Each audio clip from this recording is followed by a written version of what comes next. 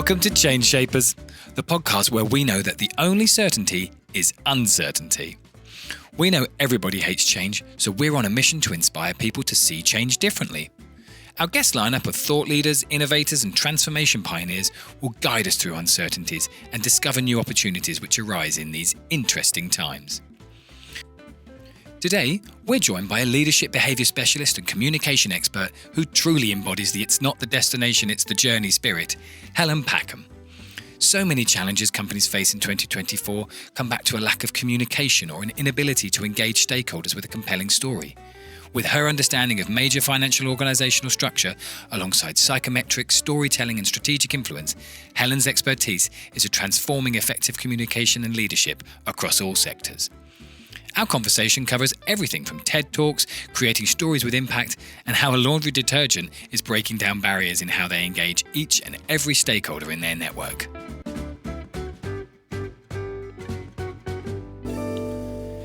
Today's guest is TEDx speaker, storyteller, and host of the podcast Words That Change Lives, Helen Packham. She specialises in helping leaders amplify the impact of their communication. Helen's superpower lies in understanding the intricacies of leadership behaviour and dynamics. For over 15 years, she's focused on leadership behaviour within financial services, working closely with individuals and teams, using deep dive psychometrics to challenge and transform entrenched dynamics.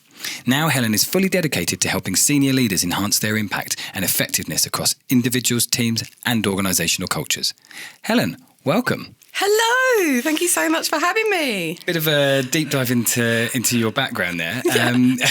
It's a really interesting thing, and I think there's a few words there that might kind of trip people over at the beginning. So just at the start, can we go into who you are, what you do, and how you got started in psychometrics? Yeah, of course. So yeah, it does sound all a bit complex and trip off the tongue, doesn't it? But essentially, I've always wanted to work with people. And that happened for a very young age. I think I wanted to be a nurse first off. Then I wanted to be an actress, a thespian on the boards.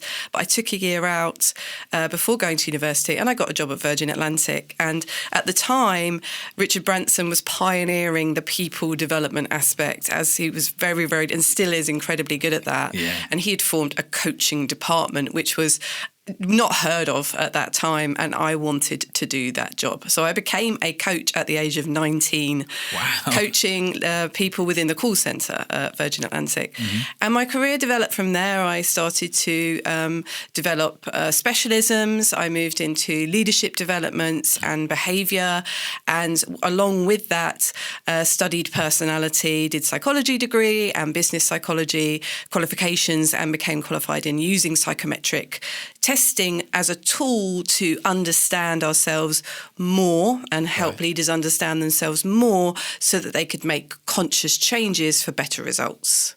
And along the way, I kind of niched into communication because I was working within financial services eventually, and there's lots of technical leaders in those environments that have got into those positions through their technical skill, but generally speaking, may lack more of the people skills. Yeah. And so I was drafted in to train and coach these senior leaders who are more technical on how to communicate, how to tell a story, how to engage their people, how to hold a room. And that's where that really started to develop for me in the corporate world. Had a kid, lost the plot, ran away from that career. I can feel that. And hid for quite a few years, vowing I'd never stand up in front of a room full of people ever again because I had an anxiety disorder. I became a hermit, essentially. And after breaking through that and working through that, I then really developed my business, which I'm doing today, which uses a culmination of those things in terms of speaking up, using your voice, communicating effectively, as well as all that leadership experience as well. And I set myself a goal of doing a TEDx talk to prove to myself that I could stand up in front of a room full of people, and was able to do that with a hell of a lot of nerves. Wow. It's a really inspiring story, like kind of all the ups and downs of there, and as you say, kind of going into that point. And yeah, having had a baby during COVID, I kind of feel that getting back into the workspace, like Yeah, well, that must have been even more tough during COVID. Yeah, it's as you say, it's kind of having to set yourself goals. I think that's a really key part of it. Yes. If you set yourself goals, if I'm going to get back into work, I'm going to get back into an office, I'm going to get back into there. So yeah, really, really inspiring to hear you say that. And just before we get into kind of really, what you do in the nitty gritty of like leadership and stuff, can you just give us an idea of how you use psychometrics and kind of that side of things, the more psychology to support leaders and teams and organisations at this point? So over the years, I've used a number of tools, but I have rested on one that I think is the most effective. It's called the Hogan Suite, and essentially it's got a number of elements that you can use. But the ones that I use measure your insides, which are the things that drive you, which are pretty steady over a period of time. And then your bright side, which is how you present yourself in the workplace, which can be quite different to what drives you. And it's interesting to look at those two things in comparison with each other. And then I look at the dark side. And the dark side is the Achilles heel traits and behaviours we all possess, that when you are stressed or even bored, they can flip into overdrive and actually be of detriment to you and your business or career. So I look at those three, plus I use a 360 report, which is mapped to all of these things.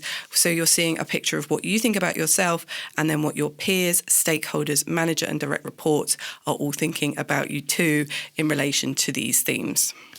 Right. Okay. That's really interesting. And I kind of want to get straight into that. But for our listeners from off the top, what is the state of leadership in kind of 2024? I feel like there's a lot of conversation, there's a lot of media stories, there's a lot of talk about culture, there's a lot of talk about, what needs to change. But from your experience, and it's really interesting that you started way back, kind of Virgin Atlantic, Richard Branson. What's your experience of it right now, and how can kind of, I suppose, storytelling help to change that situation within companies or for individuals? Yeah. Well, I'm actually fresh off the back of delivering 2 leadership programs using these tools within different industries. Yeah. And I would say there were some very key themes that came out of those. And this is taking mid to senior managers and leaders through this program where I'm coaching them through these things and I'm helping them develop skills and strategies. And one of the biggest things that came out was well-being. Yeah. And I know, storytelling can play a part of that, and I'll talk about that in a minute. But work-life balance, taking on too much, not delegating, either through fear of giving other people too much work or perfection. Yeah. Communication still is, luckily for me, it's still a huge challenge, and it's a challenge because in many organisations, and this is not all, I think smaller, younger organisations are much better at this, but the larger organisations that have, the entrenched hierarchy and culture where you feel like you can't speak up and you can't put your ideas forward, stymies growth and career development for people and the moving around of talent, because people either feel that they don't have the conscious strategies or tools, they're fearful. And I have specialised in focusing on coaching executive women leaders over the past few years because when I left the corporate world, there was a huge gap at senior. There has been improvements, but there's still a gap, and a lot of this is to do with lifestyle choices and career decisions, but it's also due to personality traits that lend themselves to not feeling confident to have those hard, difficult conversations that can move things forward, that can get you visible and known to key stakeholders and decision makers and all those sorts of things. So that's in a nutshell what I'm seeing. Yeah. In terms of storytelling, the thing about storytelling is that we all possess this skill. It's in our DNA. We evolved to tell stories. Absolutely. That's how we make meaning of the world. And before we could write anything down, we told stories. Yeah. And so we all have that ability inside us. So it's about tapping into that. And for anybody who wants to engage a room or communicate to their people more effectively or speak up, you can use a story to do that in a presentation, in a meeting, in a town hall, whatever it might be, to really get people listening to what you have to say. Absolutely. And I think it kind of reminds me of the TV situation at the minute. We've got more TV shows and content more than ever, but people aren't really actually engaging with them in the same way and I feel like that's the same in work at the minute. If we've got all these tools to tell stories, to communicate, to talk internally or externally, but actually how effectively are they being used? And yeah, even podcasts and things like that, it's a really interesting situation at the minute of how can we actually get better at telling those stories? How can we communicate better internally as teams, making sure that everyone is aware? And I think it's really interesting. We had another guest who talked about the mass exodus, specifically of women from jobs in the recent years. And a lot of that, again, comes down to just not being aware of certain things, that might be available to them or career paths. And it's a very interesting situation. And it sounds like you're kind of really tackling that head on. Yeah. Yeah. So I'm going in and delivering like influencing skills courses to employees and leaders, and then I'm helping the more senior groups to develop these communication and influencing strategies and these storytelling strategies. And the thing is that they're quite practical and they have structures to them so that you can remember them and then you can try them and you can test them out. And what the great bit is when they say, oh, I tried it and I got a really good result, or I was able to speak up in that meeting and get the action that I wanted off the back of it. And then I know that but it's a journey, it's not a destination. Great. Especially if you're looking at culture. If you're trying to shift behaviours in culture, you can't just automatically overnight start behaving differently and hope for a different result. It takes time. Definitely. And I think you said it when you were talking about the state of leadership, but we take a kind of very cross-sector approach to what we do. And I think it's really interesting to hear, as you said, that it doesn't matter what industry they're in, the kind of obstacles at the minute and the challenges are all the same. Mm-hmm. But then that means that the opportunities are quite often the same as well. Giving these people the strength to stand up, the strength to lead. Yeah, it's a really important thing, I think. Yeah, and I think it is possible to change it. It is possible to, because I look at personality and behaviour, and yes, we do have fundamental personality traits.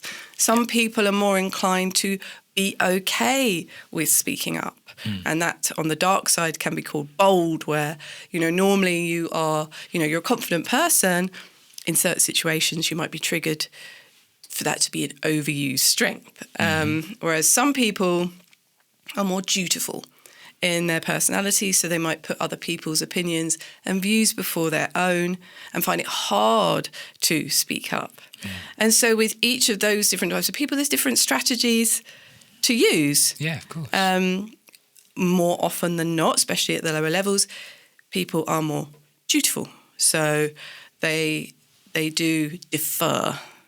Right. And what I'm seeing now is there is a need for a shift in culture for people to be more flatter in their hierarchy, which is very difficult in organisations that have very traditional hierarchies. Yeah. And yet we want pace, we want decision making, we want free and open communication, and these are the values that are sort of coming down. And yet it's still tricky to honour those and display those when you've still got all the systems and the red tape and the culture that exists that makes that difficult. Yeah, and I suppose with kind of Generation Z moving into the workplace, we've seen that with the kind of flexibility questions, with more around the kind of neurodiversity, things like that, which have just been brushed aside, I feel like, in previous generations, whereas now they're coming to the fore, and perhaps people that may have fallen more on the dutiful side in certain more junior roles are actually being able to stand up and say, this is true. This is an important thing for me. This should be part of our culture. Yes. And we're seeing, maybe not change, but we're seeing conversations. Yes, which is great. Yeah. One of my clients, I have to give her a shout out, Adele Stickland. She's a specialist in intergenerational diversity. Ooh. She's just done a TEDx about it. And she talks about the qualities of the different generations and the environments that they were brought into, but the challenges that are then faced with communication and what we could do about that. And as you say, it's about embracing those ideas, about listening rather than marching to the beat of the drum that you've walked for many years, and embracing those thoughts and opinions, because people within the Gen Z bracket have a lot to say. Yeah. My daughter just gets into that. I mean, she's 12. Yeah, but still, yes. She's on that cusp of Gen Alpha and Gen Z, and she has a lot to say. And I love listening to what she has to say. It's really important. And so when she moves into the world of business, what's it going to be like then? Yeah, it's a really interesting time, I think. And I think we're seeing a lot of the challenges come up because there are more opinions in the sector now, whether that's from generational or just hierarchical. You take a kind of, and you mentioned it at the top, the 360 approach, and I think that's really interesting because I just mentioned it there. Rather than being told things, it's about having conversations. It's about kind of looking at the whole picture. How do you approach that, and what's the value in kind of getting those 360-degree assessments for organisations and looking at how you can really create impact? Well, for me, it's the difference between going in and delivering a workshop, which could be two-dimensional, or quite often is. The transfer of learning occurs a little bit. So my background is in learning. So everything I look at is, how are we transferring that learning to the workplace, and where is the return on investment there? So in my experience of running many different types of programs over the years, you need an element to challenge and disturb your thinking. And you need to have an element of awareness where you may have had a blind spot, or it may have been in your subconscious, about how you can take ownership of your behaviour and communication. You can clean up your side of the street and be empowered to have the knowledge to make positive change. And so when you go in and you train a group of people in the workplace and you say, do this, let's have a discussion around this, let's have a breakout, let's explore this, what's your action plan? That's fab. And I do that as well. But if you're adding in an element to a program where we start off by saying, okay, how do you see yourself in these key areas? And how does everybody else see you? Yeah. It's a really good starting point because it's honest. I've had many gritty, difficult discussions with leaders when I'm sharing these results with them. Yeah.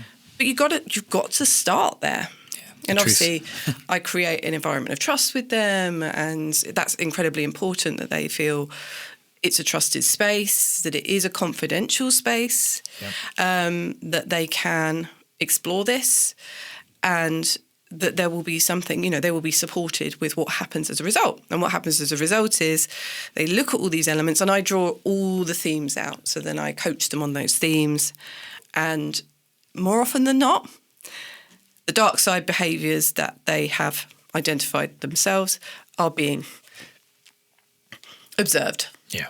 So if someone is not speaking up, or they're not visible, or they are deferring, and where they should be taking that position, they're going to have dutiful in their dark side traits, and then people are going to be saying that in the 360. So, and it's not just about the bad stuff as well. No, of course. It's about what are people saying that's great? How can you capitalize on the things that you're great at? How can you do more of that? How can you tap into that energy and that potential? But that's a really good starting point, because with any transformation, awareness is the first stage. Yeah. So then with that knowledge, we move through the program and use that as a basis of the information that they can then get strategies, tools, skills that are appropriate to them to then implement and practice and try out. Yeah. And I suppose it's a little bit like, the truth hurts. Sometimes seeing the data, seeing it, it's kind of it can either be surprising, or just the fact that it's not surprising can be a bit... It's been rare over my many years of doing this where someone was completely blindsided. Yeah. You kind of know. Mm-hmm.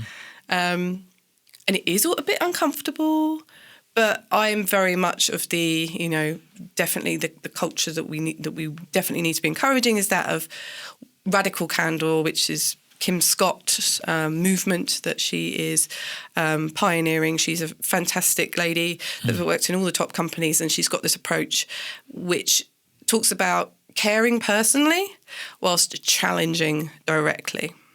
Ooh. And that we really need to adopt both of those things if we're going to be successful in leadership. We can't shy away, which they call ruinous empathy, shying away from the difficult conversations, having too much empathy in terms of completely losing sight of the business goal. That's not good. Yeah. And there's insincerity, which is where you are nice to people's faces, but then not behind their back. And there's obnoxious aggression, which is where you are, you're not caring personally, but you're overly challenging directly. And I liken it to a garden where you need to weed the garden, but you also need to water the garden. Mm-hmm. That's nice. And in leadership, we really do need to do that. We really have to care personally, but we really also have to challenge directly. So everything I do has that sort of thread moving through it in terms of how can we be having these more honest conversations where we don't feel uncomfortable. We're okay within the parameters of those meetings, those one-to-ones, whatever it might be, to go to the difficult place because we need to in order to create the shifts that are required to get those strategic goals hit, those ambitious goals that need to be met. We've got to go to the difficult place. Absolutely. And I suppose I really like that garden analogy because I think there's so much to it. It's not just about, when I started in the workplace, leadership was pretty much do your job. And get on with it. You're being paid. Didactic. Finish.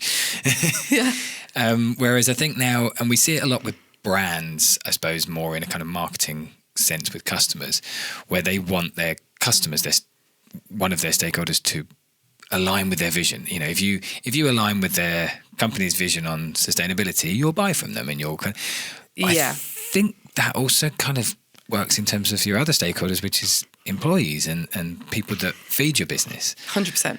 And what you're saying there is, to do that, you need the transparency. You need to have those awareness of your people, both the light and the dark, so that you can kind of find, and how do you, I suppose, from you directly dealing with leaders, how do you kind of ensure that message comes across of, if you want these people to get behind your startup or your massive conglomerate, you need them to be part of your vision. How can you kind of... Yeah, that's a good one. I suppose teach is the wrong word, because it's not teaching, is it? It's bringing them on board and helping them have their say. How do you kind of focus on that side of things? Well, another big topic is psychological safety.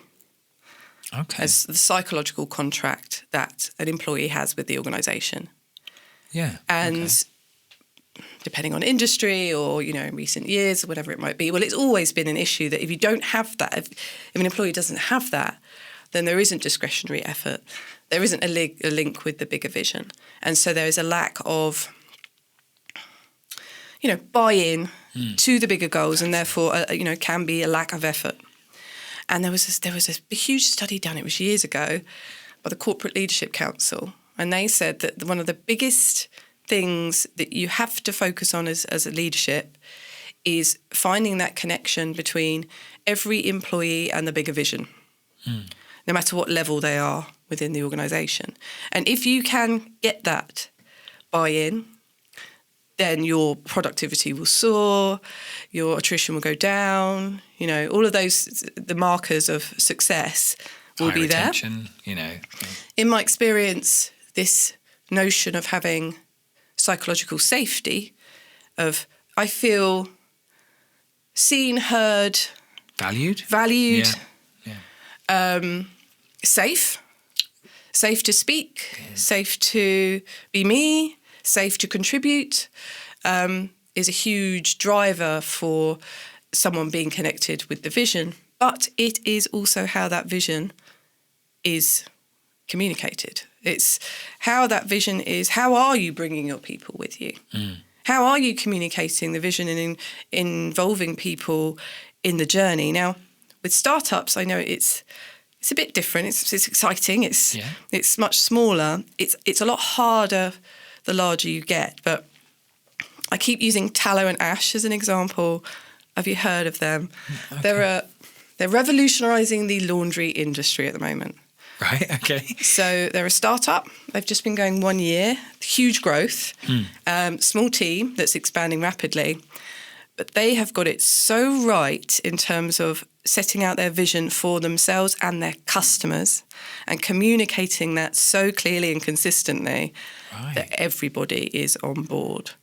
So the vision, is to just turn the laundry industry on its head, to make it exciting, to make it something to look forward to. And as a customer now, I absolutely agree. And the way that they communicate with their customers, the way that they keep reiterating the vision, they're very open and transparent. They're always asking for feedback from customers and staff. I think her name's Cara or Ciara is the founder, and she's just had a baby as well. It's something to look up and emanate, I would say, because they have got that nailed. Well, I can see you're inspired talking about it. So they really have. And it does come back to kind of what you were talking about at the beginning, the storytelling aspect and the inspiring. You obviously, as a TEDx speaker yourself and someone who pushes other people to be TEDx ready, I suppose. And obviously TEDx's motto, brand slogan is discovering ideas worth spreading. That's right, yeah.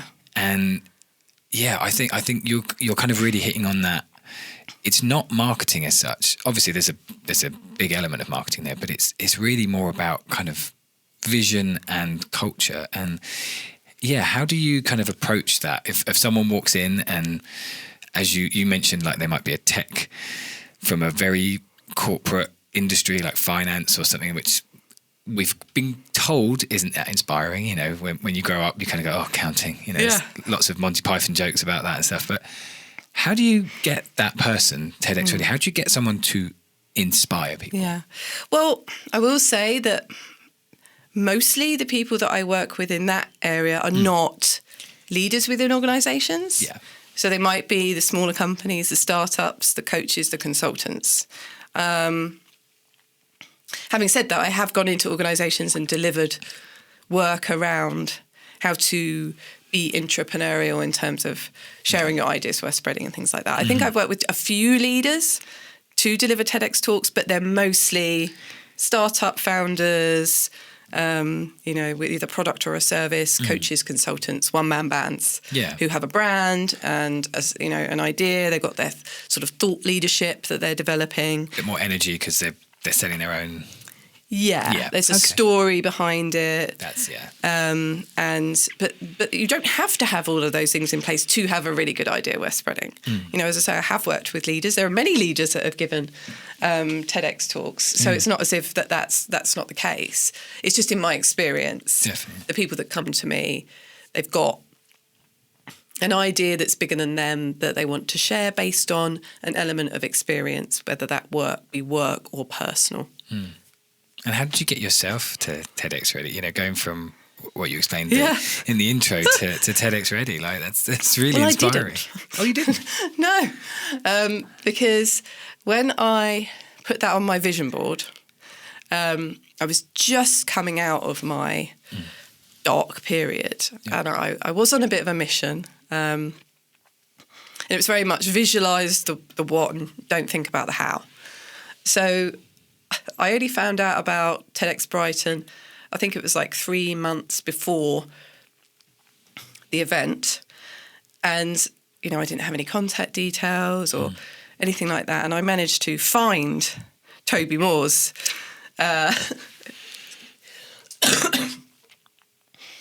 email address and contacted him and sort of pitched my idea, which was about motherhood and identity. No reply. And then I think I must have emailed quite a few times, no reply. And then I did get a reply, and it was, thanks very much, but we're full, you know. And I was like, okay, cool. Yep. Can I volunteer? Can I come and like be backstage or, you know, help? And he was like, okay, you know, Kino, just chill. No, but I didn't hear anything else. And then 24 hours before the event, I got a call to say someone's dropped out. We'll put you to a committee vote. And I was like, okay, didn't hear anything.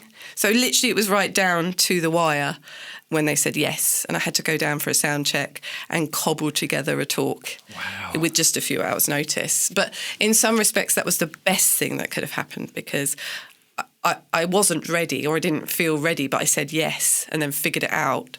And I look back on that talk and, you know, I've come on such a long way since then. I really have. But it was pivotal. After that was a transformational moment. And after that, so many things happened. And I proved to myself that I could still deliver a message. I could tell a story. I could rely on all that experience that enabled me to pull it out at such short notice, because I had that experience to do that. And I think we see that quite a lot in business at the minute. There's often a feeling that we need to chase perfection and everything has to be absolutely top of the line, and the marketing campaign, everything has to be perfect. And actually sometimes you've got to just try stuff, and you've got to do a TEDx talk with an hour's notice. But, you know, it can then lead to a conversation, a contact, massively. an idea, whatever it could be. It's actually thinking about those pathways and not being set in stone, not kind of rigid. And I think you kind of seem to embody that with a lot of the work you do and a lot of how you support your clients. I think it's... So another dark side trait that trips leaders up is the perfectionist.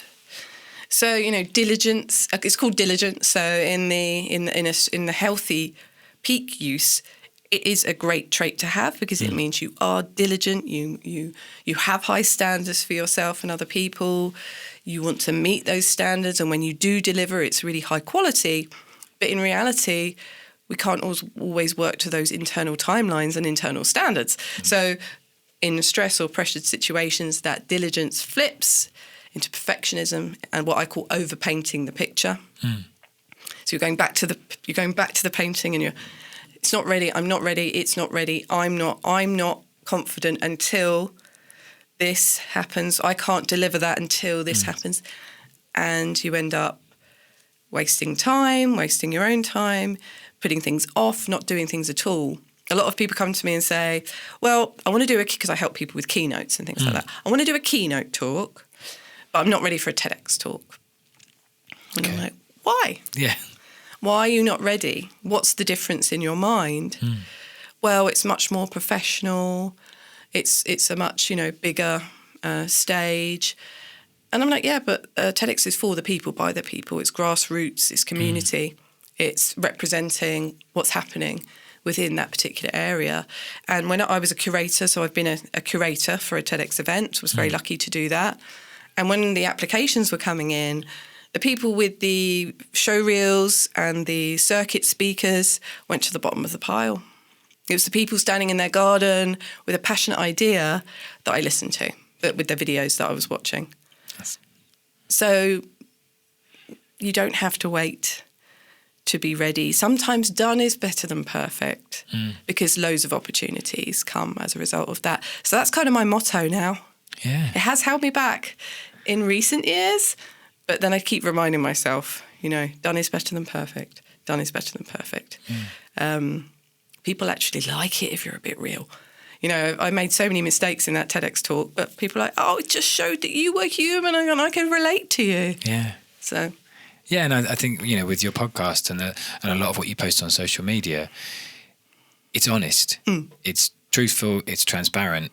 And for me, that's kind of what I look for in content, but actually is what I look for in team members and people that I want to work with. And, you know, if we talk about clients and stuff, and I think that's a shift that we're noticing a lot at the minute. You know, we saw it with X a few weeks ago of, you know, if it doesn't align with your company's values, why are you aligning with it? You know, and I think that movement is building. And, you know, I don't know if companies would genuinely turn down paying clients for things, but it definitely seems like it's in the conversation. And it's a really interesting kind of situation to be in because, you know, growing up 50s, 80s mentality, which is just money, top line, you know, bottom line.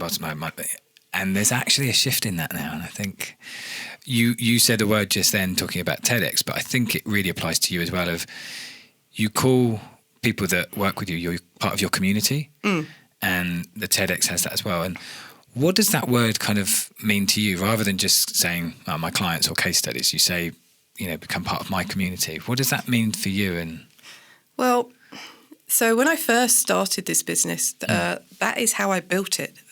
I started a free community.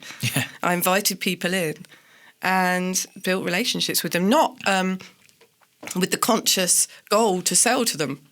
I needed a space to create, to belong myself, because I'd left the corporate world, I'd run away from my career, I was a mum, I had an anxiety disorder, I was kind of re-establishing an identity, I didn't know what that was yet, and I invited other people in and I built this community of amazing people who then turned out to be clients, and that's how I was able to launch this business. And so right from the beginning, community has been very important in terms of, you know, when you think about an audience, it's not just an audience, you're not just transmitting information to them, they are part of something. My business has evolved a little bit, but I would say the community now looks like my clients. Yeah. And also, because I did events. I used to do events in Brighton. And since COVID, I have not done those. Would I do them again? I'm not sure. I do a lot of online things now, but I have a community with the podcast now. Yeah. And so it's about dialogue. Again, going back to Taulo and Ash, they have built an incredible community. They are asking questions. They are providing value, they're getting feedback. And so if you're running a business, I think it's essential to have that. Look at where we are here in this building. That's a community. And I think that's just essential. If you're going to be conscious and aware of always adapting and changing to the needs of the people that you're serving. It's very much what we keep, you know, we hear a lot about silos in businesses and people operating in their silos, whether that's internally or not addressing their customers or not addressing all of the different stakeholders that we actually kind of don't even realize that we're connecting with as a business. And I think what you said there about widening your community, thinking about people as a community, and Taulo and Ash seem to be doing that. Of getting feedback. You know, how can you grow well and grow steadily and grow in line with your customers' needs if you're not talking with them? So they're asking, you know, for product aesthetic feedback, the smell of the stuff, the time in which they're getting things delivered, how they're constantly getting feedback. And I think you talk about silos, so within the larger organisations I work with, that's still a challenge. Yeah. How do you address it? Sorry, just putting you on the spot there. So a lot of people I work with at the moment are that layer down from a senior team. So those leaders are head of function. And then there's a, you know, executive director above them. So I've worked with those people, and now I'm coming a layer down, and I'm seeing this a lot. And for me, I call it stakeholder influence. So the people across the silos that you have a crucial interconnection with in terms of delivering whatever it is you're delivering, they are your stakeholders to influence. Yeah. And it's about consciously managing those relationships in different ways, using different influencing strategies. But the way to start that is by assessing the quality. So first of all, get your stakeholder map, list out all those people, and then identify out of 1 to 10, what is the current quality of that relationship in terms of trust, knowledge, openness, free flow, difficulties, what's the quality? And then 1 to 10, how important is it to focus on this particular relationship in the next 6 months?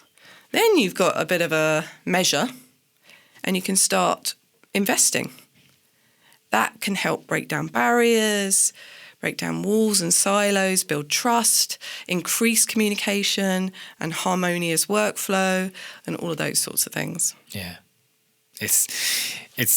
We're hearing it so often, but it's about putting it into practice, isn't it? And yeah. I think someone in your position, an external voice, someone who's coming in with knowledge from a different sector, and you just bringing up the tallow and ash thing. It's not that everyone has to think like a laundry detergent people, but it's what we can learn from that.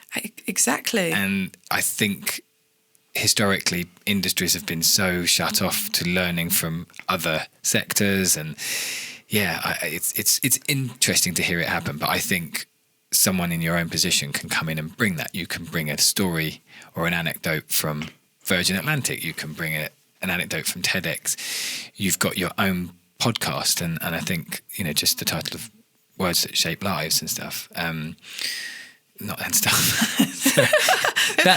would be cool, wouldn't it? That's like Words That Change Lives and stuff. But yeah, and it is that kind of you're bringing that 360 from you, passing it on to others, and giving that external feedback. And I think that's really important for companies who are on that transformational journey, because a bit like therapy, coaching, things like that, you can't do it alone. No. And I think you make a very good point in that some organisations can be quite insular, especially if they're large. Yes. So let's look forward to that part of the company to see what's happening, rather than let's look outside. And when I was coaching the executives on building their own leadership brand, which is an important aspect of all of this, it's how are you connecting outside? How are you connecting with others across industry? How are you sharing your thoughts with them, publishing your thoughts, and then gleaning from those events, from those networks, to bring that knowledge back in? You kind of got to see yourself as an outward-facing brand, as a leader, even if you're an inward-facing leader within an organisation.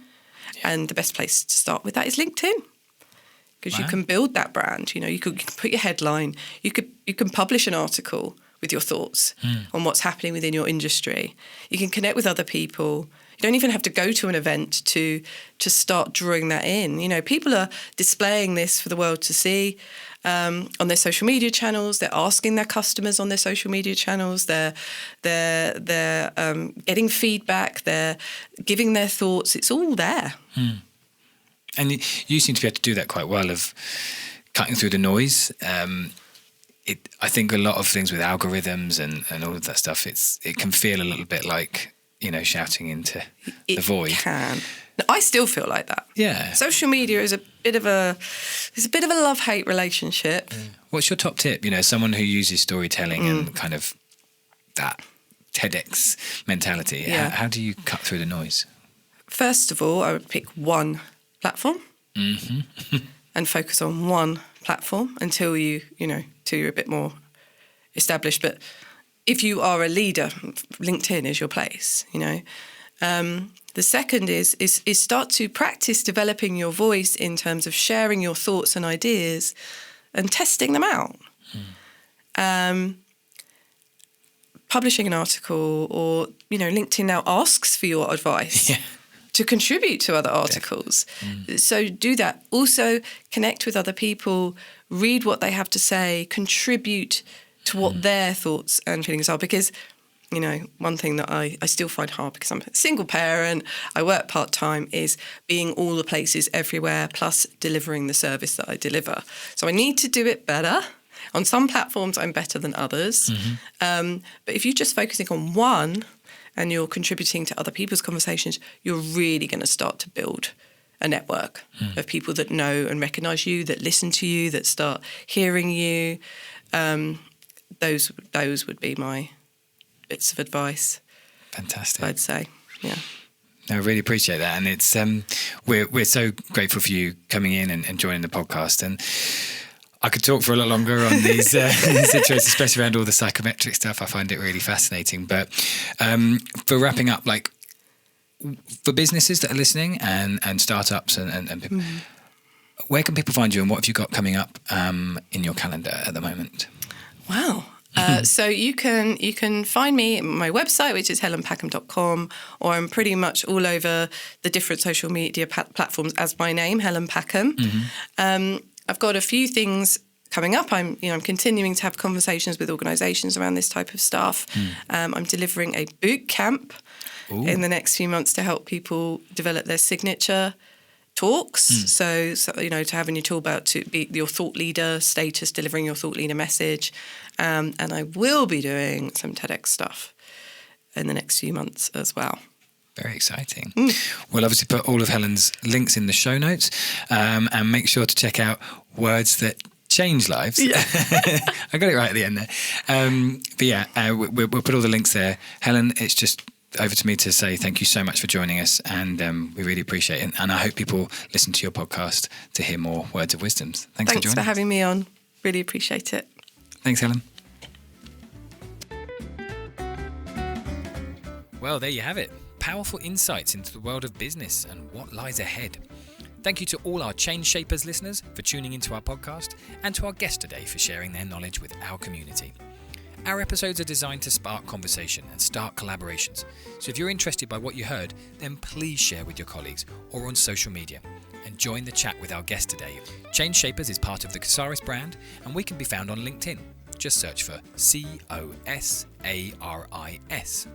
or on Instagram as Change Shapers Podcast. Please subscribe, rate and review Change Shapers Podcast. We can be found on Spotify, Apple Podcasts, and wherever you find your favourite pods. I've been Jay Taylor. Let's turn uncertainty into opportunity together.